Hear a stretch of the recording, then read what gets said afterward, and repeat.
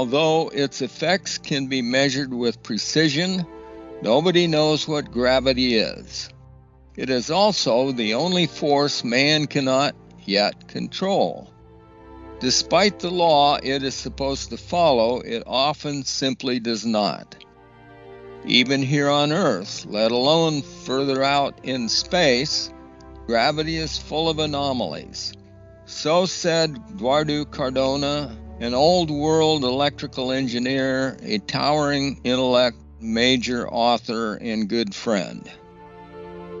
Globular clusters are a particularly difficult problem for a gravity-only cosmology.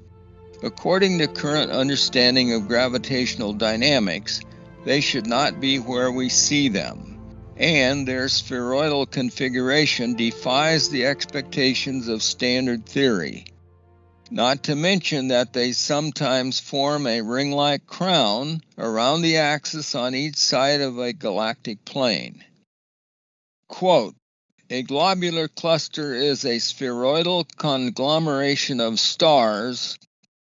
Globular clusters are bound together by gravity with a higher concentration of stars toward their centers. They can contain anywhere from tens of thousands to many millions of member stars. The origin of globular clusters and their role in galactic evolution are unclear." End quote.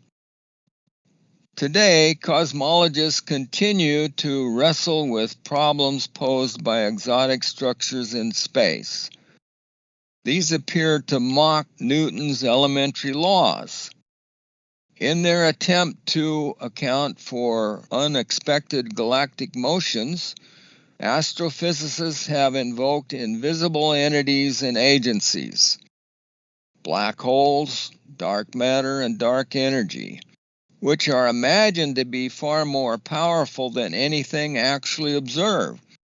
In stepping out on this lily pad, they have even speculated that as much as 99% of the matter in the universe is dark and can be measured only by apparent gravitational effects.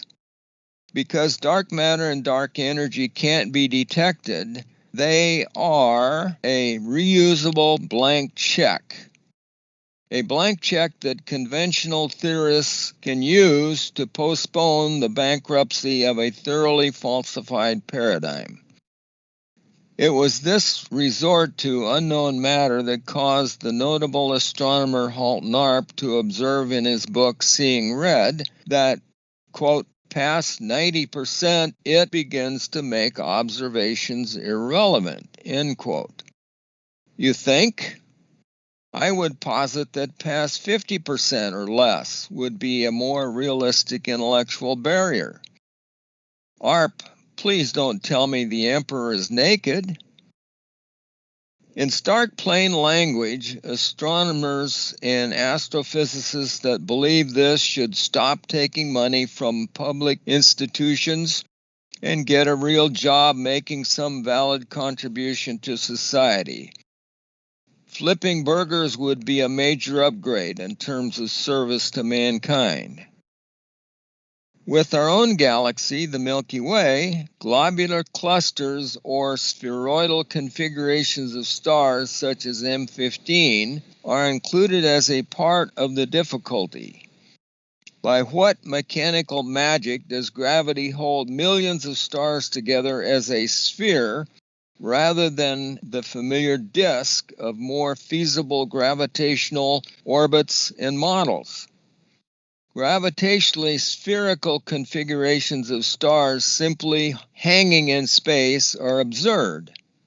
Orbits around a center of mass just don't work either for globular clusters. There would be orbital chaos. Think about it. The problem is heightened by the fact that M15 is one of about 150 known globular clusters associated with the Milky Way. Strictly speaking, they are not a part of our galaxy as traditionally defined. Rather, they appear close to the core of the galaxy as a kind of halo above and below the center plane of galactic rotation. Yet, astrophysicists rarely acknowledge the dynamical problems this creates. Theory states that clusters above the plane must move on orbital paths around the center of the dynamic system as a whole, and in completing an orbit, each will intersect the galactic plane twice. Such orbits for a three-dimensional structure would have orbits crisscrossing and even in reverse. There would be numerous flyby interactions that would induce tidal distortions and disrupt the cluster. Of course, another concern is that the structure of the halo could neither be formed nor maintained. The problem was noted by physicist C. Johnson of the University of Chicago. Quote, "It is almost like physicists have been assuming globular clusters just hover there, like a swarm of bees. But that wouldn't happen. They could not just follow elliptical orbits above or below the galactic plane. Basic gravitational theory insists that their elliptical paths pass through the galactic plane because the two halves of any path must be on opposite sides of that plane." End quote. Johnson suggests that something is missing, and not a small piece of the puzzle. Quote, "It would appear that either our understanding of the laws of physics is sadly lacking, or our understanding of the geometry of the situation is greatly in error. The commonly accepted view of a halo of ancient, stable globular clusters hovering around the core of the galaxy like a swarm of bees is just not something compatible with our current understanding of the laws of physics. Clearly, further research is necessary." End quote. And thereby Johnson illustrates the real problem.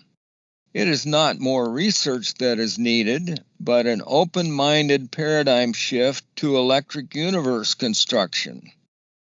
But heaven save us from that. Anything but that. Apparently, the favorite prayer of astrophysicists would be, quote, "Dear God, please don't bring a paradigm shift during my tenure." The solution, of course, is that galaxies are electrical structures whereby the various components revolve around the minor axis, never crossing the central plane. The same quandary applies to the relative motions of stars within each cluster. And while Johnson accurately describes the gravitational dynamic, the rule he applies is a formula for chaos. As any gravitational simulation will clearly demonstrate, it would quickly lead to some stars being accelerated out of the system, while others would lose energy and fall to an orbit closer in. Over time, the globular clusters would largely just evaporate, shrink, and condense down to what? But from the electric universe vantage point, it is not unthinkable that the stars of globular clusters are just hanging there, with respect to the cluster's own center of gravity and any cluster plane that may be derived or defined. In the electric universe model of stellar composition and energy, stars are concentrations of highly positively charged material. For globular clusters, such a collection of stars with no other external distorting forces in play might indeed become a stable ball of stars formation. In fact, the new view of the universe provides many examples of star-sized masses, even galactic clusters, in symmetrical arrangements that gravitational theorists never dreamt of, including polar alignments. And as for the spheroidal form of globular clusters, the cosmic electricians in the electric universe paradigm suggest that the best analogy may come from something as unfamiliar to astronomers as ball lightning. whatever enigmatic material that is composed of.